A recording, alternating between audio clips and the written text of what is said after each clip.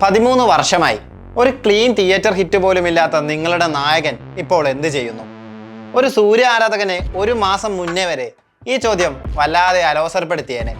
വ്യക്തമായ ലൈനപ്പ് ഉള്ളപ്പോഴും ആ സിനിമകളെല്ലാം വിജയത്തിലേക്ക് എത്തുമോ എന്ന് അവർ പോലും ആശങ്കപ്പെട്ടിരുന്നു. ഇനിയിപ്പോൾ വിജയിച്ചാൽ തന്നെ അത് എത്ര കണ്ട് വലിയൊരു ജയമായിരിക്കും?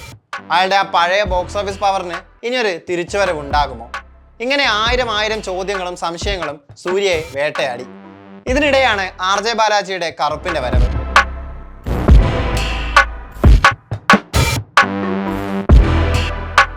സാമ്പത്തിക പ്രശ്നങ്ങളിൽ കുരുങ്ങി പറഞ്ഞ ദിവസം തിയേറ്ററുകളിൽ എത്താനാകാതെ സിനിമ തൊട്ടടുത്ത ദിവസം പ്രദർശനത്തിനെത്തി.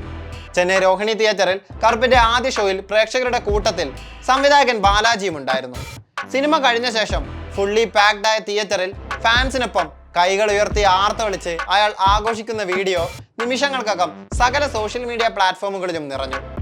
ഓരോ സൂര്യ ആരാധകനെയും തിയേറ്ററുകളിലേക്ക് എത്തിക്കാനും സന്തോഷിപ്പിക്കാനും ബാലാജിയുടെ ആ മൊമെന്റ് മതിയായിരുന്നു.